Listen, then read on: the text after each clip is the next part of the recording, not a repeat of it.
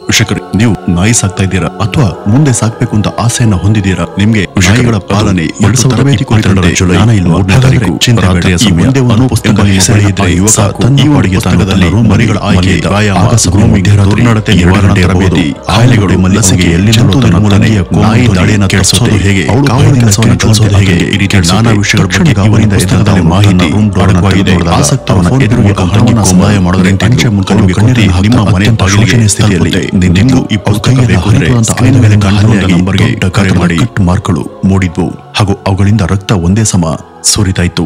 ಅವಳನ್ನ ಆ ಸ್ಥಿತಿಯಲ್ಲಿ ನೋಡೋದೋನೆ ಅನೂಪ್ ಏನಾಯ್ತು ನಿನಗೆ ಅಂತ ಕೇಳ್ದ. ಆಗ ಕೋಮಲ್, ನಾನ್ ಮಲಗಿದಾಗ ಯಾರೋ ಬಂದು ಸಡನ್ ಆಗಿ ನನ್ನ ಬಾಯನ್ನ ಕವರ್ ಮಾಡಿದ್ರು. ನನ್ಗೆ ತುಂಬಾ ಭಯ ಆಯ್ತು. ಎದ್ದು ನೋಡಿದಾಗ ಯಾರೋ ಇಬ್ರು ವ್ಯಕ್ತಿಗಳು ತಂದೆ ತಾಯಿ ಕತ್ತನ್ನ ಸೀಳ್ತಿರುವಂತ ದೃಶ್ಯ ನನ್ ಕಣ್ಣಿಗೆ ಬಿತ್ತು. ಅವರನ್ನ ಕೊಂದಂತ ಆ 3 ಜನ ಅಲ್ಲಿದ್ದಂತ ಚಿನ್ನದ ಒಡವೆ, ಹಣ ಹಾಗೂ ಇತರೆ ಬೆಲೆ ಬಾಳುವಂತ ಅಮೂಲ್ಯ ವಸ್ತುಗಳನ್ನ ಕದ್ದು ಪರಾರಿಯಾದ್ರು ಅಂತ ಆಕೆ ಹೇಳಿದ್ಲು. ಇದನ್ನೆಲ್ಲ ಕೇಳದಂತ ಅನೂಪ್ಗೆ ಒಂದು ಕ್ಷಣ ತಲೆ ತಿರುಗಿದಂತಾಯ್ತು. ಅವನು ಅದೇ ಒಂದು ಶಾಕ್ನಿಂದ ಅಲ್ಲಿಂದ ಕೆಳಗಿಳಿದು ಬಂದವನೇ ತನ್ನ ಪೋಷಕರ ರೂಮ್ಗೆ ಬಂದಿದ್ದ. ಅಲ್ಲಿ ರಕ್ತದ ಮಡುವಲ್ಲಿ ಬಿದ್ದಿದ್ದಂತ ಅವನ ಪೋಷಕರ ನಿಸ್ತೇಜ ದೇಹಗಳು ಅಲುಗಾಡದೆ ಮಲಗಿದ್ವು. ಆ ಒಂದು ಭೀಕರ ದೃಶ್ಯವನ್ನ ನೋಡದಂತ ಅವನು ಭಯದಿಂದ ಜೋರಾಗಿ ಕಿರ್ಚಿದ್ದ. ಅವನ ಆ ಕೂಗಾಟದಲ್ಲಿ ಭಯ ಮತ್ತು ದುಃಖ ಎರಡೂ ಕೂಡ ಇದ್ವು. ಅವನ ಕಿರುಚಾಟ ಅಕ್ಕಪಕ್ಕದ ಮನೆಯವ್ರಿಗೂ ಕೇಳಿಸ್ತು. ಅವರು ಕೂಡ ಗಾಬರಿಯಿಂದ ಏನಾಗಿರ್ಬೋದು ಅಂತ ನೋಡೋದಕ್ಕೆ ಇವ್ರ ಮನೆಗೆ ಬಂದಿದ್ರು. ಅವ್ರ ಮನೆಯಲ್ಲಿ ಕಂಡಂತ ಆ ಅನಿರೀಕ್ಷಿತ ದೃಶ್ಯಾವಳಿಗಳಿಂದ ಅವರು ಕೂಡ ತುಂಬಾ ಭಯಪಟ್ಟು ತಕ್ಷಣ ಈ ಒಂದು ವಿಷಯವನ್ನ ಪೊಲೀಸರಿಗೆ ಮುಟ್ಟಿಸ್ತಾರೆ. ಸುಮಾರು ಬೆಳಗಿನ ಜಾವ 3 ಗಂಟೆಗೆ ಪೊಲೀಸರು ಕೂಡ ಆ ಮನೆಗೆ ಬಂದಿದ್ರು. ವೀಕ್ಷಕರೇ, ಪೊಲೀಸರು ಅಲ್ಲಿಗೆ ಬಂದ ನಂತರ ತಾವು ಗಮನಿಸಿದಂತ ವಿಚಿತ್ರ ಸಂಗತಿಗಳು ಏನು, ಆ ಮನೆಯಲ್ಲಿ ಅವತ್ತು ರಾತ್ರಿ ನಿಜಕ್ಕೂ ಏನೆಲ್ಲ ಆಯಿತು, ಆ ಮನೆಯಲ್ಲಿ ಇದ್ದಂತ ಆ ತಂದೆ ತಾಯಿ ಅಷ್ಟು ಭಯಂಕರವಾಗಿ ಯಾಕೆ ಕೊಲೆಗೆ ಈಡಾದ್ರು, ಇಷ್ಟಕ್ಕೂ ಈ ಇಡೀ ಘಟನೆಯ ಹಿನ್ನೆಲೆ ಏನು ಎಂಬ ಬಗ್ಗೆ ಮುಂತಾದ ರೋಚಕ ಸಂಗತಿಗಳನ್ನ ಇವತ್ತಿನ ಈ ಒಂದು ವಿಡಿಯೋದಲ್ಲಿ ಈ ಮುಂದೆ ಡಿಕೋಡ್ ಮಾಡ್ತಾ ಹೋಗೋಣ ಬನ್ನಿ ವೀಕ್ಷಕರೇ. ಈ ಒಂದು ಘಟನೆ ಆಗಿದ್ದು ಉತ್ತರ ಪ್ರದೇಶದ ಕಾನ್ಪುರ್ ಎಂಬಲ್ಲಿ. ಅಲ್ಲಿದ್ದಂತ ಆ ಮನೆಯಲ್ಲಿ ಮುನ್ನಾಲಾಲ್ ಹಾಗೂ ರಾಜಾದೇವಿ ಎಂಬ ವಯಸ್ಕ ದಂಪತಿ ತಮ್ಮಿಬ್ಬರು ಮಕ್ಕಳ ಜೊತೆ ವಾಸ ಇದ್ರು. 62 ವರ್ಷ ವಯಸ್ಸಿನವರಾಗಿದ್ದಂತ ಮುನ್ನಾಲಾಲ್ ತಾವು ನಿವೃತ್ತಿಯಾಗುವಂತ ಮುನ್ನ ಒಂದು ಫ್ಯಾಕ್ಟರಿಯಲ್ಲಿ ಮ್ಯಾನೇಜರ್ ಆಗಿ ಕೆಲಸ ಮಾಡ್ತಿದ್ರು. ಇನ್ನು 58 ವರ್ಷ ವಯಸ್ಸಿನವರಾದಂತ ಇವ್ರ ಪತ್ನಿ ರಾಜಾದೇವಿ ಗೃಹಿಣಿಯಾಗಿದ್ರು. ಅವರು ಮನೆಯಲ್ಲಿ ಎಲ್ಲಾ ಕೆಲಸಗಳ ನಡುವೆ ಮಕ್ಕಳ ಕಾಳಜಿಯನ್ನ ವಹಿಸ್ತಾ ಇದ್ರು. ಇವ್ರಿಗೆ 30 ವರ್ಷದ ಅನೂಪ್ ಹಾಗೂ 25 ವರ್ಷದ ಕೋಮಲ್ ಎಂಬ ಮಕ್ಕಳಿದ್ರು. ಅವ್ರ ಕುಟುಂಬದಲ್ಲಿ ಯಾವುದೇ ಸಮಸ್ಯೆ ಇರಲಿಲ್ಲ. ಅದು ಅತ್ಯಂತ ಸುಗಮವಾಗಿನೇ ಸಾಕ್ತಿತ್ತು. ಜುಲೈ 3ರ ಆ ರಾತ್ರಿ ಕೂಡ ಎಲ್ಲವೂ ನಾರ್ಮಲ್ ಆಗೇ ಇತ್ತು. ಅವತ್ತು ಊಟ ಮುಗಿದ ನಂತರ ಆ 4 ಜನ ಕೂಡ ತಮ್ಮ ರೂಮ್ಗಳಿಗೆ ಮಲಗೋದಿಕ್ಕೆ ಹೋಗ್ತಾರೆ. ಅನೂಪ್ ಮೇಲ್ಗಡೆ ಇದ್ದಂತ ತನ್ನ ರೂಮ್ಗೆ ಹೋದ್ರೆ ಕೋಮಲ್ ಹಾಗೂ ಅವನ ಪೋಷಕರು ಕೆಳಗೆ ಇದ್ದಂತ ಅವರವರ ರೂಮ್ಗೆ ಹೋಗ್ತಾರೆ. ಆದ್ರೆ ಇದರ ನಂತರ ನಡೆದದ್ದು ಮುಂದೆ ಅವರ ಬದುಕಿನ ಎಲ್ಲವನ್ನೂ ಕೂಡ ಬದಲಿಸಿತ್ತು. ಅವತ್ತು ಇವರಿಬ್ಬರ ಹತ್ಯೆ ಆದಾಗ ಆ ಕೊಲೆಗಳ ತನಿಖೆಯಂತ ಪೊಲೀಸರ ಆದೇಶದ ಮೇರೆಗೆ ಫೋರೆನ್ಸಿಕ್ ನ ತಂಡ ಕೂಡ ಅಲ್ಲಿ ಹಾಜರಾಯಿತು. ಅವರು ಅತ್ಯಂತ ಎಚ್ಚರಿಕೆಯಿಂದ ಮನೆಯ ಎಲ್ಲಾ ಮೂಲೆಗಳನ್ನು ಕೂಡ ಪರಿಶೀಲನೆ ಮಾಡ್ತಾರೆ. ಕ್ರೈಮ್ ಸೀನ್ ನಲ್ಲಿ ಅವರ ಗಮನಕ್ಕೆ ಬಂದಂತ ಎಲ್ಲಾ ಮಹತ್ತರವಾದಂತಹ ಸಾಕ್ಷ್ಯ ಸುಳುಹುಗಳನ್ನು ಕೂಡ ಕಲೆ ಹಾಕಿ ಮುಂದಿನ ಪರೀಕ್ಷೆಗಾಗಿ ಅದನ್ನ ಭದ್ರವಾಗಿ ಸಂಗ್ರಹಿಸಿಟ್ಕೊಳ್ತಾರೆ. ಈಗ ಪೊಲೀಸರು ಆ ಮನೆಯ ಸದಸ್ಯರ ವಿಚಾರಣೆಯಿಂದ ತನಿಖೆಯನ್ನ ಶುರು ಮಾಡ್ತಾರೆ. ಮೊದಲು ಅವರು ವಿಚಾರಿಸಿದ್ದು ಆ ಮನೆ ಮಗ ಆದಂತ ಅನೂಪ್ನನ್ನ. ಪೊಲೀಸರು ಅವನನ್ನ ಏನ್ ನಡೀತು ಹೇಳು ಅಂತ ಕೇಳಿದಾಗ ಅವನು, ನನ್ ಗೊತ್ತಿಲ್ಲ ಸರ್, ನಾನು ಮೇಲ್ಗಡೆ ನನ್ನ ರೂಮಲ್ಲಿ ಮಲಗಿದ್ದೆ. ಆಗ ನನಗೆ ಇದ್ದಕ್ಕಿದ್ದಾಗೆ ನನ್ನ ತಂಗಿ ಕೋಮಲ್ ಅಳುವಿನ ಶಬ್ದ ಕೇಳಿಸ್ತು. ನಾನು ಬಾಗ್ಲನ್ನ ಓಪನ್ ಮಾಡಿದಾಗ ಮೈಕೈ ಗಾಯಗಳಿಂದ ರಕ್ತ ಸಿಕ್ತವಾಗಿ ನಿಂತಿದ್ದಂತ ಅವಳು ಕೆಳಗೆ ನಡೆದಂತ ಆ ಘೋರ ಸಂಗತಿಯನ್ನ ನನಗೆ ಯಾಕೆ ತಿಳಿಸಿದ್ಲು. ಅವಳು ಹೇಳಿದ್ರಿಂದಲೇ ನನಗೆ ಅಲ್ಲೇನ್ ನಡೆದಿದೆ ಅನ್ನೋದು ಗೊತ್ತಾಗಿದ್ದು ಅಂತ ಆತ ಪೊಲೀಸರಿಗೆ ತಿಳಿಸಿದ್ದ. ಇದನ್ನ ಕೇಳಿದಂತ ಪೊಲೀಸರು, ಈ ಎಲ್ಲ ಘಟನೆ ಹಿಂದೆ ಯಾರ ಕೈವಾಡ ಇರಬಹುದು ಅಂತ ನಿನಗೆ ಅನ್ಸುತ್ತೆ, ಹಾಗೂ ಈ ಬಗ್ಗೆ ನಿನಗೆ ಯಾರ ಮೇಲಾದ್ರೂ ಅನುಮಾನ ಇದೆ ಅಂತ ಕೇಳಿದ್ರು.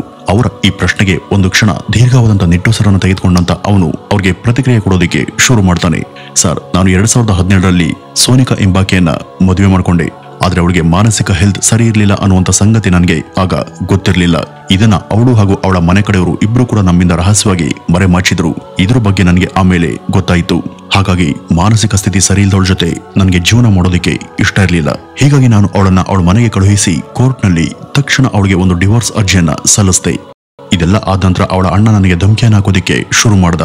ಆಗಾಗ ಫೋನ್ ಮಾಡಿ ಬೆದರಿಕೆಯನ್ನ ಹಾಕ್ತಿದ್ದ ಹಾಗೂ ನನ್ನ ತಂಗಿಯನ್ನ ಅವನು ಮದುವೆ ಮಾಡ್ಕೋಬೇಕು ಅಂತ ಒತ್ತಾಯಿಸ್ತಿದ್ದ. ನಾನು ಅದಕ್ಕೆಲ್ಲ ಒಪ್ಪದೆ ಹೋದಾಗ ಕೋರ್ಟ್ನಲ್ಲಿ ಅವನ ತಂಗಿಗೆ ಜೀವನಾಂಶಕ್ಕೆ ನಾನು ಸುಮಾರು 50 ಲಕ್ಷ ರೂಪಾಯಿನ ಕೊಡಬೇಕು ಅಂತ ಡಿಮಾಂಡ್ ಮಾಡ್ದ. ಅಷ್ಟು ಹಣ ಕೊಡದೆ ಹೋದ್ರೆ ನಾನು ಸುಮ್ಮನೆ ಇರಲ್ಲ ಅಂತಾನೂ ಕೂಡ ಆತ ಹೆದರಿಸ್ದ. ಹೀಗಾಗಿ ನನಗೆ ಪದೇ ಪದೇ ಕಾಟವನ್ನ ಕೊಡ್ತಿದ್ದ. ಅವನ ಮೇಲೆ ನನಗೆ ಡೌಟ್ ಇದೆ ಅಂತ ಈ ಅನು ಪೊಲೀಸರಿಗೆ ತಿಳಿಸಿದ್ದ. ಅವನು ಹೇಳಿದನ್ನ ಅತ್ಯಂತ ಸೂಕ್ಷ್ಮವಾಗಿ ಆಲಿಸಿದಂತ ಪೊಲೀಸರು ಅವನು ಹೇಳಿದಂತ ಪ್ರತಿ ವಿಷಯದ ಮೇಲೂ ಕೂಡ ತಮ್ಮ ಗಮನವನ್ನ ಇಟ್ಟಿದ್ರು. ಇದು ಈ ಮದುವೆ ಮುರಿದು ಬಿದ್ದಿದ್ದಕ್ಕಾಗಿ ನಡೆದಂತ ರಿವೆಂಜ್ ಇರಬಹುದಾ ಅಥವಾ ಇದರ ಹಿಂದೆ ಬೇರೆ ಏನಾದ್ರೂ ಕಾರಣ ಇರಬಹುದಾ ಅನ್ನುವಂತ ಗೊಂದಲ ಅವರಲ್ಲಿ ಉದ್ಭವ ಆಯಿತು. ಅವರು ಅವನ ರೂಮನ್ನ ಮತ್ತೊಮ್ಮೆ ಎಚ್ಚರಿಕೆಯಿಂದ ಗಮನಿಸಿದರು. ಅಲ್ಲಿ ಒಂದ್ ಕಡೆ ಅವ್ರಿಗೆ ಒಂದು ವಿಚಿತ್ರ ದೃಶ್ಯ ಕಾಣಿಸುತ್ತೆ. ಅಲ್ಲಿ ನೆಲದ ಮೇಲೆ ಯಾರೋ ವಾಂತಿಯನ್ನ ಮಾಡದಂತ ಕಲೆ ಇತ್ತು. ಅದನ್ನ ಗಮನಿಸಿದವರು ಅವನ ಕಡೆ ತಿರುಗಿ, ಏನಿದು, ಯಾಕೆ ನಿನ್ನ ರೂಮನ್ನ ನೀನು ಕ್ಲೀನ್ ಮಾಡಿಲ್ಲ ಅಂತ ಕೇಳಿದ್ರು. ಅದಕ್ಕೆ ಅವನು, ಸರ್, ನಾನು ರಾತ್ರಿ ಡಿನ್ನರ್ ಮುಗಿಸಿ ನನ್ನ ಪಾಡಿಗೆ ನಾನು ಮಲ್ಕೊಂಡಿದ್ದೆ. ರಾತ್ರಿ ಅನಿರೀಕ್ಷಿತವಾಗಿ ನಾನು ನೋಡದಂತ ಘೋರ ದೃಶ್ಯವನ್ನ ನನ್ನಿಂದ ಅರಗಿಸ್ಕೊಳ್ಳೋದಕ್ಕೆ ಸಾಧ್ಯ ಆಗ್ಲಿಲ್ಲ. ಹೀಗಾಗಿ ನನಗೆ ಆರೋಗ್ಯದಲ್ಲಿ ಸ್ವಲ್ಪ ಏರುಪೇರು ಉಂಟಾಗಿ ಹೊಟ್ಟೆ ತುಳಿಸ್ತಂತೆ ಅನುಭವ ಆಯಿತು. ಎಷ್ಟೇ ಕಂಟ್ರೋಲ್ ಮಾಡಿದ್ರು ಕೂಡ ಅದನ್ನ ನನ್ನಿಂದ ನಿಯಂತ್ರಣ ಮಾಡೋದಕ್ಕೆ ಸಾಧ್ಯ ಆಗ್ಲಿಲ್ಲ. ಹೀಗಾಗಿ ನನ್ನ ರೂಮ್ ಸ್ವಲ್ಪ ಗಲೀಜಾಗಿದೆ. ಆ ಒಂದು ಗಡಿಬಿಡಿಯಲ್ಲಿ ನನಗೆ ಅದನ್ನ ಕ್ಲೀನ್ ಮಾಡೋದಕ್ಕೆ ಸಮಯ ಸಿಗ್ಲಿಲ್ಲ. ಇದೆಲ್ಲ ಆದ ನಂತರ ಅದರ ಕಡೆ ಗಮನ ಕೊಡೋಣ ಅಂತ ಸುಮ್ಮನಾದಿಂತ ಆತ ಹೇಳಿದ್ದ. ಪೊಲೀಸರಿಗೆ ಅವನ ಹೇಳಿಕೆಯಲ್ಲಿ ಅನುಮಾನ ಬರುವಂತದ್ದು ಏನೂ ಕೂಡ ಕಾಣಿಸ್ತಿಲ್ಲ. ಆಗ ಅವರು ಆ ಮನೆಯ ಇನ್ನೊಬ್ಬ ಜೀವಂತ ಸದಸ್ಯೆ ಆದಂತ ಅವನ ತಂಗಿ ಕೋಮಲ್ ಹತ್ರ ಬಂದು ಅವಳನ್ನ ತಮ್ಮ ಮುಂದೆ ಕೂರಿಸ್ಕೊಂಡು ಅವಳ ವಿಚಾರಣೆಯನ್ನ ಶುರು ಮಾಡ್ತಾರೆ. ಅವಳನ್ನ, ರಾತ್ರಿ ನೀನ್ ಏನ್ ನೋಡ್ದೆ, ಇಲ್ಲಿ ಏನೇ ನಡೀತು ಅಂತ ಕೇಳಿದಾಗ ಅವಳು ರಾತ್ರಿ ತನ್ನ ಅಣ್ಣನ್ಗೆ ಹೇಳದಂತ ಎಲ್ಲವನ್ನೂ ಕೂಡ ಪೊಲೀಸರ ಮುಂದೆ ಚಾಚು ತಪ್ಪದೆ ಹೇಳಿದ್ಲು. ಇಲ್ಲಿ ಅವಳ ಅಣ್ಣ ಕೊಟ್ಟಂತ ಹೇಳಿಕೆ ವಿವರಣೆಗೂ ಹಾಗೂ ಈಕೆ ಕೊಟ್ಟಂತ ಡೀಟೇಲ್ಸ್ಗೂ ತಾಳೆ ಮಾಡಿ ನೋಡಿದಾಗ ಅವೆರಡೂ ಕೂಡ ಸೇಮ್ ಇದ್ವು. ಅಲ್ಲಿ ಯಾವುದೇ ಮಾಹಿತಿ ವ್ಯತ್ಯಾಸ ಆಗಿರ್ಲಿಲ್ಲ. ಅವಳ ಹೇಳಿಕೆಯಲ್ಲೂ ಕೂಡ ಅವರು ಅನುಮಾನಿಸುವಂತ ಯಾವುದೂ ಕೂಡ ಪತ್ತೆ ಆಗ್ಲಿಲ್ಲ. ಹೀಗಾಗಿ ಅವಳಿದ್ದಂತ ಜಾಗವನ್ನ ಸಂಪೂರ್ಣವಾಗಿ ಸರ್ಚಿಂಗ್ ಅನ್ನ ಮಾಡಿ ಅವಳ ಹೇಳಿಕೆಯನ್ನ ಸಂಗ್ರಹಿಸಿದಂತ ಪೊಲೀಸರು ಬೇರೆ ಎಲ್ಲಾದ್ರೂ ಏನಾದ್ರೂ ಸುಳಿವು ಸಿಗುತ್ತಾ ಅಂತ ಸುತ್ತಲೂ ನೋಡ್ತಾರೆ. ಆಗ ಅವ್ರ ಕಣ್ಣಿಗೆ ಆ ಮನೆಯ ಸುತ್ತಮುತ್ತ ಇದ್ದಂತ ಕೆಲವು ಸಿಸಿ ಕ್ಯಾಮೆರಾಗಳು ಕಣ್ಣಿಗೆ ಕಾಣಿಸ್ತವೆ. ಇವುಗಳನ್ನ ಚೆಕ್ ಮಾಡಿ ನೋಡಿದ್ರೆ ಆ ಬಗ್ಗೆ ಏನಾದ್ರೂ ಮಾಹಿತಿ ಸಿಗಬಹುದು ಅಂತ ಅವರು ಅವುಗಳ ಪರಿಶೀಲನೆಗೆ ಮುಂದಾಗ್ತಾರೆ. ವೀಕ್ಷಕರೇ, ನೀವು ನಾಯಿ ಸಾಕ್ತಾ ಇದ್ದೀರಾ ಅಥವಾ ಮುಂದೆ ಸಾಕ್ಬೇಕು ಅಂತ ಆಸೆಯನ್ನ ಹೊಂದಿದ್ದೀರಾ? ನಿಮ್ಗೆ ನಾಯಿಗಳ ಪಾಲನೆ ಮತ್ತು ತರಬೇತಿ ಕುರಿತಂತೆ ಜ್ಞಾನ ಇಲ್ವಾ? ಹಾಗಾದ್ರೆ ಚಿಂತೆ ಬೇಡ. ಈ ಒಂದೇ ಒಂದು ಪುಸ್ತಕ ನಿಮ್ಮ ಬಳಿ ಇದ್ರೆ ಸಾಕು. ಈ ಒಂದು ಪುಸ್ತಕದಲ್ಲಿ ಮರಿಗಳ ಆಯ್ಕೆ, ವ್ಯಾಯಾಮ, ಗ್ರೂಮಿಂಗ್, ದುರ್ನಡತೆ ನಿವಾರಣಾ ತರಬೇತಿ, ಕಾಯಿಲೆಗಳು, ಲಸಿಕೆ, ಜಂತು ನಿರ್ಮೂಲನೆ, ನಾಯಿ ದಾಳಿಯನ್ನ ತಪ್ಪಿಸೋದು ಹೇಗೆ, ಕಾವಲು ಕೆಲಸವನ್ನ ಗಳಿಸೋದು ಹೇಗೆ, ಈ ರೀತಿ ನಾನಾ ವಿಷಯಗಳ ಬಗ್ಗೆ ಈ ಒಂದು ಪುಸ್ತಕದಲ್ಲಿ ಮಾಹಿತಿ ಅಡಕವಾಗಿದೆ. ಆಸಕ್ತರು ಫೋನ್ ಪೇ ಮೂಲಕ ಹಣವನ್ನ ಸಂದಾಯ ಮಾಡಿದ್ರೆ ಅಂಚೆ ಮೂಲಕ ನಿಮ್ಗೆ ಕೃತಿ ನಿಮ್ಮ ಮನೆ ಬಾಗಿಲಿಗೆ ತಲುಪುತ್ತೆ. ನಿಮ್ಗೂ ಈ ಪುಸ್ತಕ ಬೇಕು ಅಂದ್ರೆ ಸ್ಕ್ರೀನ್ ಮೇಲೆ ಕಾಣ್ತಿರುವಂತ ನಂಬರ್ಗೆ ಕರೆ ಮಾಡಿ. ಆದ್ರೆ ಅವು ಬೇರೆಯವರ ಮನೆಗೆ ಅಳವಡಿಕೆಯಾಗಿದ್ವು. ಅವ್ರ ಬಳಿ ಹೋಗಿ ಸಿಸಿ ಕ್ಯಾಮೆರಾಗಳಲ್ಲಿ ದಾಖಲಾಗಿರುವಂತಹ ವಿಡಿಯೋಗಳನ್ನ ಅವರು ತೋರಿಸುವಂತೆ ಕೇಳ್ಕೊಳ್ತಾರೆ. ಆ ಸಿಸಿಟಿವಿ ಕ್ಯಾಮೆರಾಗಳು ಸರಿಯಾಗಿ ಆ ಕೊಲೆ ಆದಂತ ಮನೆಯ ರೂಮಿಗೆ ಅಭಿಮುಖವಾಗಿ ನೇರವಾಗಿ ಫಿಕ್ಸ್ ಆಗಿದ್ವು. ಆ ಸಿಸಿ ಕ್ಯಾಮೆರಾಗಳ ಮನೆ ಓನರ್ ಅದರಲ್ಲಿ ಸೆರೆ ಆಗಿದಂತ ದೃಶ್ಯಗಳನ್ನ ಪೊಲೀಸರಿಗೆ ತೋರಿಸೋದಕ್ಕೆ ಮುಂದಾಗ್ತಾರೆ. ಅದನ್ನ ಎಚ್ಚರಿಕೆಯಿಂದ ಗಮನಿಸಿದಂತ ಪೊಲೀಸರಿಗೆ ಒಂದು ತುಂಬಾ ಮುಖ್ಯವಾದಂತಹ ಸಂಗತಿ ಅದರಲ್ಲಿ ಕಾಣಿಸುತ್ತೆ. ಆ ಒಂದು ವಿಡಿಯೋದಲ್ಲಿ ಮಾಸ್ಕ್ ಅನ್ನು ಧರಿಸಿದಂತ ಯಾರೋ ಒಬ್ಬ ಅಪರಿಚಿತ ವ್ಯಕ್ತಿ ಅವತ್ತು ಮಧ್ಯರಾತ್ರಿ ಸಮಯದಲ್ಲಿ ಇವ್ರ ಮನೆ ಕಡೆ ಹೆಜ್ಜೆ ಹಾಕ್ತಾ ನಡೆದು ಬಂದಿರೋದು ಸರಿಯಾಗಿತ್ತು. ಹಾಗೂ ಅದೇ ವ್ಯಕ್ತಿ ರಾತ್ರಿ ಸುಮಾರು 12 ಗಂಟೆ 17 ನಿಮಿಷಕ್ಕೆ ಆ ಮನೆಯಿಂದ ವಾಪಸ್ ಬರುವಂತ ದೃಶ್ಯ ಕೂಡ ಅದರಲ್ಲಿ ಸರಿಯಾಗಿತ್ತು. ಈ ಸಲ ಅವನ ಕೈಯಲ್ಲಿ ಒಂದು ಬ್ಯಾಗ್ ಕೂಡ ಇತ್ತು. ಇದನ್ನು ನೋಡಿದಂತ ಪೊಲೀಸರಿಗೆ ಖಂಡಿತವಾಗಿ ಆ ಮನೆಯಲ್ಲಿ ನಡೆದಂತ ಕೊಲೆಗಳಿಗೆ ಸಂಬಂಧಪಟ್ಟಂತ ಕೊಲೆಗಾರರ ಪೈಕಿ ಇವನು ಕೂಡ ಒಬ್ಬ ಅನ್ನೋದು ಗೊತ್ತಾಯ್ತು. ಆದ್ರೆ ಅಲ್ಲಿ ಇನ್ನೂ ಒಂದು ಪ್ರಶ್ನೆ ಮೂಡುತ್ತೆ. ಆ ದೃಶ್ಯದಲ್ಲಿ ಕಾಣಿಸ್ತಂತೆ ಇವ್ರ ಮನೆಗೆ ಹೋಗಿ ಬಂದಿದ್ದು ಮಾಸ್ಕ್ ಅನ್ನು ಧರಿಸಿದಂತ ಒಬ್ಬನೇ ವ್ಯಕ್ತಿ. ಆದ್ರೆ ಆ ಮನೆಯ ಮಗಳಾದಂತ ಕೋಮಲ್ ಕೊಟ್ಟ ಹೇಳಿಕೆ ಪ್ರಕಾರ ಅವತ್ತು ಅವ್ರ ಮನೆಗೆ ಯಾರೋ 3 ಜನ ಬಂದಿದ್ರು ಅಂತ. ಇದರಲ್ಲಿ ಒಬ್ಬ ಸೆರೆಯಾಗಿದ್ದ. ಇನ್ನುಳಿದಂತ ಇಬ್ರು ಯಾವಾಗ ಮನೆಗೆ ಬಂದ್ರು, ಯಾವಾಗ ಹೊರಗಡೆ ಹೋದ್ರು, ಅದಲ್ಲದೆ ಅವತ್ತು ರಾತ್ರಿ ಇವ್ರ ಮನೆಯ ಎಲ್ಲಾ ಬಾಗಿಲುಗಳು ಕೂಡ ಲಾಕ್ ಆಗಿದ್ದಾಗ ಇವರು ಯಾವ ರೀತಿ ಆ ಮನೆಯೊಳಗೆ ಪ್ರವೇಶ ಪಡೆದ್ರು ಅನ್ನುವಂತ ಪ್ರಶ್ನೆ ಪೊಲೀಸರ ಮುಂದೆ ನಿಂತ್ಕೊಳ್ಳುತ್ತೆ. ಅವರು ಆ ಮನೆಯ ಕಿಟಕಿ, ಬಾಗಿಲುಗಳು ಎಲ್ಲವನ್ನು ಕೂಡ ಸರಿಯಾಗಿ ಪರಿಶೀಲನೆ ಮಾಡಿದ್ರು. ಅವೆಲ್ಲ ತುಂಬಾ ಭದ್ರವಾಗಿ ಒಳಗಿಂದನೇ ಲಾಕ್ ಆಗಿದ್ವು. ಅವುಗಳನ್ನ ಯಾರು ಕೂಡ ಮುರಿದು ಬಲವಂತದ ಪ್ರವೇಶ ಮಾಡುವಂತ ಪ್ರಯತ್ನವನ್ನ ಮಾಡಿರ್ಲಿಲ್ಲ. ಹಾಗಾದ್ರೆ ಅವಳು ಹೇಳಿದಂತೆ ಆ 3 ಜನ ಯಾವ ರೀತಿ ಯಾವ ಮಾರ್ಗದ ಮೂಲಕ ಇವ್ರ ಮನೆಯೊಳಗೆ ಬಂದ್ರು ಅನ್ನೋದೇ ಪೊಲೀಸರಿಗೆ ಗೊತ್ತಾಗ್ಲಿಲ್ಲ. ಅವ್ರಿಗೆ ಈಗ ಈ ಎಲ್ಲದರ ಕುರಿತಾಗಿ ವ್ಯತಿರಿಕ್ತ ಹೇಳಿಕೆಯನ್ನ ಕೊಟ್ಟಂತ ಕೋಮಲ್ ಮೇಲೇನೆ ಅನುಮಾನ ಜಾಸ್ತಿ ಆಯ್ತು. ಅವರು ತಮ್ಮ ಅನುಮಾನವನ್ನ ತಕ್ಷಣಕ್ಕೆ ಹೊರಹಾಕ್ತೆ ಅವಳ ಹಿನ್ನೆಲೆಯನ್ನ ಸ್ವಲ್ಪ ಚೆಕ್ ಮಾಡೋದಕ್ಕೆ ಶುರು ಮಾಡಿದ್ರು. ಅವಳ ಬಗ್ಗೆ ಮಾಹಿತಿಯನ್ನ ಕೆದಕ್ದಾಗ ಒಂದಷ್ಟು ವಿಚಿತ್ರ ಅನಿಸುವಂತ ಸತ್ಯಗಳು ಅವ್ರಿಗೆ ತಿಳಿತಾ ಹೋದ್ವು. ಅದೇನಪ್ಪ ಅಂದ್ರೆ ಅವಳು ಕೊಲೆಗೆ ಈಡಾದಂತ ದಂಪತಿಯ ಸ್ವಂತ ಮಗಳಲ್ಲ. ಅವರಿಬ್ಬರಿಗೆ ಇದ್ದಿದ್ದು ಅನೂಪ್ ಅನ್ನುವಂತ ಒಬ್ನೇ ಮಗ. ಇವನು ಹುಟ್ಟಿದ ನಂತರ ಅವರಿಬ್ಬರಿಗೂ ಮುಂದೆ ಯಾವತ್ತೂ ಕೂಡ ಮಕ್ಕಳಾಗೋದಿಲ್ಲ ಅಂತ ಗೊತ್ತಾದಾಗ ಅವರು ಒಂದು ಅನಾಥಾಶ್ರಮದ ಮೂಲಕ ಈ ಕೋಮಲನ್ನ ದತ್ತು ತಗೊಂಡು ಮನೆಗೆ ಕರ್ಕೊಂಡ್ ಬಂದಿದ್ರು. ತಮ್ಮ ಸ್ವಂತ ಮಗಳ ರೀತಿನೇ ಸಾಕಿ ತಮ್ಮ ಮಗಳ ರೀತಿನೇ ಸಾಕೊಂಡಿದ್ರು. ಇದೆಲ್ಲ ಪೊಲೀಸರಿಗೆ ಗೊತ್ತಾಗೋ ಹೊತ್ತಿಗೆ ಆ ಮನೆಯಲ್ಲಿ ಆದಂತ 2 ಕೊಲೆಗಳ ಮರಣೋತ್ತರ ಪರೀಕ್ಷೆ ವರದಿ ಪೊಲೀಸರ ಕೈಯನ್ನ ಸೇರಿತ್ತು.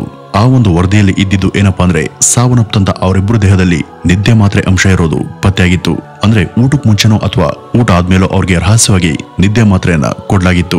ಈ ಅನೂಪ್ನ ರೂಮಲ್ಲಿ ಸಿಕ್ಕಿದಂತ ಅವನ ವಾಂತಿಯ ಸ್ಯಾಂಪಲ್ ಅನ್ನು ಕೂಡ ಫೋರೆನ್ಸಿಕ್ ಲ್ಯಾಬ್ ಪರೀಕ್ಷೆಗೆ ಕಳುಹಿಸಲಾಗಿತ್ತು. ಅದರಲ್ಲಿ ಬಂದಂತ ವರದಿ ಪ್ರಕಾರ ಅವನಿಗೂ ಕೂಡ ಆ ರಾತ್ರಿ ನಿದ್ದೆ ಮಾತ್ರೆಯನ್ನ ಕೊಡಲಾಗಿತ್ತು ಅನ್ನುವಂತ ಸಂಗತಿ ಹೊರಬೀಳುತ್ತೆ. ಅಂದ್ರೆ ಅವತ್ತು ರಾತ್ರಿ ಆ ಮನೆಯಲ್ಲಿ ಒಟ್ಟು 3 ಜನ ಸದಸ್ಯರಿಗೆ ಯಾರೋ ಅವ್ರಿಗೆ ಗೊತ್ತಿಲ್ಲ ಹಾಗೇನೆ ನಿದ್ದೆ ಮಾತ್ರೆಯನ್ನ ಆಹಾರದಲ್ಲಿ ಬೆರೆಸ್ಕೊಟ್ಟಿದ್ದಾರೆ. ಪೊಲೀಸರು ಈಗ ಮರು ಯೋಚನೆ ಕೂಡ ಮಾಡದೆ ಈ ಕೋಮಲ್ನನ್ನ ಅರೆಸ್ಟ್ ಮಾಡಿ ತಮ್ಮ ಕಸ್ಟಡಿಗೆ ತೆಗೆದುಕೊಳ್ತಾರೆ. ಅವಳನ್ನ ಸುತ್ತುವರೆದಂತ ಮಹಿಳಾ ಪೊಲೀಸರು ಬಿಗಿಯಾದಂತ ವಿಚಾರಣೆಯನ್ನ ಮಾಡಿದಾಗ ಅವರ ಮುಂದೆ ನಿಸ್ಸಹಾಯಕಳಾದಂತ ಅವಳು ನಡೆದಂತ ಪ್ರತಿಯೊಂದನ್ನು ಕೂಡ ತಿಳಿಸೋದಕ್ಕೆ ಶುರು ಮಾಡ್ತಾಳೆ. ವೀಕ್ಷಕರೇ, ಅವಳು ಹೇಳಿದ್ದನ್ನ ಕೇಳದಂತ ಪೊಲೀಸರೇ ಒಂದು ಕ್ಷಣ ಸುಸ್ತು ಹೊಡೆದಿದ್ರು. ಕೋಮಲ್ ಅವರ ನಿಜವಾದ ಮಗಳಾಗಿರ್ಲಿಲ್ಲ. ಈ ಸತ್ಯ ಅವಳಿಗೆ ತುಂಬಾ ಸಣ್ಣ ವಯಸ್ಸಿನಿಂದನೇ ತನ್ನ ಸಾಕು ಪೋಷಕರ ಕೆಲವು ಸಂಬಂಧಗಳಿಂದ ಗೊತ್ತಾಗಿತ್ತು. ನೀನು ಅವ್ರ ಸ್ವಂತ ಮಗಳಲ್ಲ, ಕಾರಣ ಅವರ ಯಾವುದೇ ಆಸ್ತಿಯ ಹಕ್ಕು ಹಾಗೂ ಒಡೆತನ ನಿನಗೆ ಸಿಗೋದಿಲ್ಲ. ಅದೆಲ್ಲ ಏನಿದ್ರು ನಿನ್ನ ಅಣ್ಣ ಅಂದ್ರೆ ಅವರ ಸ್ವಂತ ಮಗ ಅನೂಪ್ಗೆ ಸೇರುತ್ತೆ. ನೀನು ಹೋಗಿ ಅವನ ಹತ್ರ ಕೈ ಚಾಚ್ಕೊಂಡು ನಿಂತ್ಕೋಬೇಕಷ್ಟೇ. ಇವರಿಂದ ನೀನು ಜಾಸ್ತಿ ಏನು ಕೂಡ ನಿರೀಕ್ಷೆಯನ್ನ ಇಟ್ಕೋಬೇಡ. ಅವ್ರ ಮೇಲೆ ಅತಿಯಾದ ಪ್ರೀತಿ ಬೇಡ. ನೀನು ಯಾವತ್ತಿದ್ರೂ ಕೂಡ ಆ ಮನೆಗೆ ಹೊರಗಿನೋಳೆ ಆಗ್ತೀಯ ಅಂತೆಲ್ಲ ಇಲ್ಲ ಸಲ್ಲದನ್ನ ಹೇಳಿ ತನ್ನನ್ನ ತಂದು ಸಾಕಿ ಸಲುದವ್ರ ಮೇಲೆ ಅವಳಿಗೆ ದ್ವೇಷ ಹಾಗೂ ಮತ್ಸರ ಬರುವಂತೆ ವಿಷವನ್ನ ಬಿತ್ತಿದ್ರು. ಇವರ ಆಸ್ತಿ ತನಗೆ ಸಿಗೋದಿಲ್ಲ, ಅದ್ರ ಮೇಲೆ ಅಸಲಿಗೆ ನನಗೆ ಹಕ್ಕೆ ಇಲ್ಲ, ಅದೆಲ್ಲ ಇರೋದು ಅವರ ಹಿರಿ ಮಗ ಅನೂಪ್ಗೆ ಮಾತ್ರ ಅನ್ನುವಂತ ವಿಷಯ ಅವಳ ಮನಸ್ಸಿನ ಮೇಲೆ ಗಾಢ ದುಷ್ಟ ಪರಿಣಾಮವನ್ನ ಬೀರುತ್ತೆ.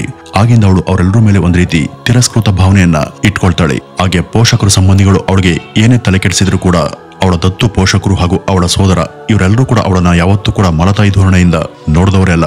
ಯಾವುದೇ ಭೇದ ಭಾವ ಇಲ್ಲದೆ ಪ್ರೀತಿ ಹಾಗೂ ವಾತ್ಸಲ್ಯವನ್ನ ಅವರು ಈ ಇಬ್ರಿಗೂ ಸಮಾನವಾಗಿ ಹಂಚಿದ್ರು. ಅವಳಿಗೆ ಯಾವುದೇ ಕೊರತೆ ಬಾರದಂತೆ ಅವಳು ಕೇಳಿದ್ದನ್ನೆಲ್ಲ ಅವಳಿಗೆ ಕೊಡಿಸ್ತಾ ಇದ್ರು. ಅವರದೇ ಮನೆಯಲ್ಲಿ ಆಡಿ ಬೆಳೆದು ಅಲ್ಲಿಯೇ ಅವ್ರ ಜೊತೆ ಊಟ ಮಾಡ್ತಿದ್ದಂತ ಕೋಮಲ್ಗೆ ಅವರು ತೋರ್ತಿದಂತ ಪ್ರೀತಿಗಿಂತ ಯಾರೋ ಆಗ್ದವರ ಚಾಡಿ ಮಾತೆ ಹೆಚ್ಚಾಗಿ ಹೋಗಿದ್ದು ನಿಜಕ್ಕೂ ಇಲ್ಲಿ ದೌರ್ಭಾಗ್ಯನೇ ಸರಿ. ಕೋಮಲ್ಗೆ ಆ ಮನೆಯಲ್ಲಿ ಯಾವುದಕ್ಕೂ ಕೊರತೆ ಇರಲಿಲ್ಲ. ಆಗಾಗ ಅವಳು ಬಿಡುವು ಸಿಕ್ಕಾಗ ಪಕ್ಕದ ಶಾಜಾನ್ಪುರಕ್ಕೆ ಹೋಗ್ತಿದ್ಲು. ಆ ಊರಲ್ಲಿ ತನ್ನ ಕೆಲವು ಸಂಬಂಧಿಕರು ಇದ್ರು. ಅವರನ್ನ ಕಂಡು ಭೇಟಿ ಮಾಡಿ ಬರುವಾಗೆಲ್ಲ ಆಕೆಗೆ ಅಲ್ಲಿ ಒಬ್ಬ ವ್ಯಕ್ತಿಯ ಪರಿಚಯ ಆಗುತ್ತೆ. ಅವನ ಹೆಸರೇ ರಾಹುಲ್. ಇವನು ಕೂಡ ಅದೇ ಊರಿನ ಅವಳ ಆತ್ಮೀಯ ಸಂಬಂಧಿಯಾಗಿದ್ದ. ಸಂಬಂಧದಲ್ಲಿ ಅವನು ಅವಳ ಕಸಿನ್ ಆಗ್ಬೇಕಿತ್ತು. ಆರಂಭದಲ್ಲಿ ಒಂದು ಸ್ನೇಹದಂತೆ ಶುರುವಾದಂತ ಇವ್ರ ಸಂಬಂಧ ಮುಂದೆ ತುಂಬಾ ಆಪ್ತತೆಯ ರೂಪವನ್ನ ಪಡಿತು. ಈ ರಾಹುಲ್ ಗೋವಾದಲ್ಲಿ ಒಂದು ಮಿಲಿಟರಿ ಆಸ್ಪತ್ರೆ ಆಂಬುಲೆನ್ಸ್ ನ ಡ್ರೈವರ್ ಆಗಿದ್ದ. ಇಬ್ರು ಪರಸ್ಪರ ತುಂಬಾ ದೂರ ಇದ್ರು ಕೂಡ ಫೋನ್ ನ ಮೂಲಕ ಅವರು ದಿನ ಕೂಡ ಸಂಪರ್ಕದಲ್ಲಿ ಇದ್ರು. ಈ ರಾಹುಲ್ಗೆ ರೋಹಿತ್ ಅನ್ನುವಂತ ಒಬ್ಬ ತಮ್ಮ ಕೂಡ ಇದ್ದ. ಇವನು ಆಗಾಗ ಕೋಮಲ್ ಮನೆಗೆ ಬಂದು ತನ್ನ ಅಣ್ಣ ಕಳಿಸಂತ ಏನಾದ್ರು ಗಿಫ್ಟ್ ಗಳನ್ನ ಅವಳಿಗೆ ಕೊಡೋದಿಕ್ಕೆ ಬರ್ತಿದ್ದ. ಇವನು ಈ ರೀತಿ ಆಗಾಗ ಇವ್ರ ಮನೆಗೆ ಬಂದು ಹೋಗಿ ಮಾಡ್ತಾ ಇದ್ರಿಂದ ಕೋಮಲ್ಗೂ ಇವ್ ನಡುವೆ ಇದ್ದಂತ ಬಾಂಡ್ ಗಟ್ಟಿಯಾಗ್ತಾ ಹೋಯ್ತು. ಇಬ್ರು ಕೂಡ ಪರಸ್ಪರ ಒಬ್ರನ್ನೊಬ್ರು ಇಷ್ಟಪಡೋದಕ್ಕೆ ಶುರು ಮಾಡಿದರಲ್ಲದೆ ಅವ್ರ ನಡುವೆ ನಿಧಾನವಾಗಿ ಅಸಹಜವಾದಂತ ದೈಹಿಕ ಸಂಬಂಧ ಕೂಡ ಏರ್ಪಡುತ್ತೆ. ತಮ್ಮ ನಡುವೆ ಇದ್ದಂತ ಈ ಬೇಡದ ಸಂಬಂಧವನ್ನ ಅವರು ಯಾರಿಗೂ ಗೊತ್ತಾಗದ ರೀತಿಯಲ್ಲಿ ರಹಸ್ಯವಾಗಿ ಮೇಂಟೈನ್ ಮಾಡ್ತಾ ಇದ್ರು. ದೂರದಲ್ಲಿದ್ದಂತ ರಾಹುಲ್ಗೆ ಈ ಬಗ್ಗೆ ಸಣ್ಣ ಕ್ಲೂ ಕೂಡ ಇರ್ಲಿಲ್ಲ. ಅದಕ್ಕೆ ತಕ್ಕಂತೆ ಈ ಕೋಮಲ್ ರೋಹಿತ್ನ ಜೊತೆ ಅನಗತ್ಯ ಸಂಬಂಧ ಇಟ್ಕೊಂಡಿದ್ರು ಕೂಡ ರಾಹುಲ್ ಜೊತೆನೂ ಆಗಾಗ ಫೋನ್ ನಲ್ಲಿ ಮಾತನಾಡ್ತಾ ಅವಳ ಹಾಗೂ ಅವನ ಸಂಬಂಧ ಗಟ್ಟಿಯಾಗಿದೆ ಅಂತ ಅವಳು ನಂಬಿಸುವಂತ ಪ್ರಯತ್ನವನ್ನ ಮಾಡ್ತಿದ್ಲು.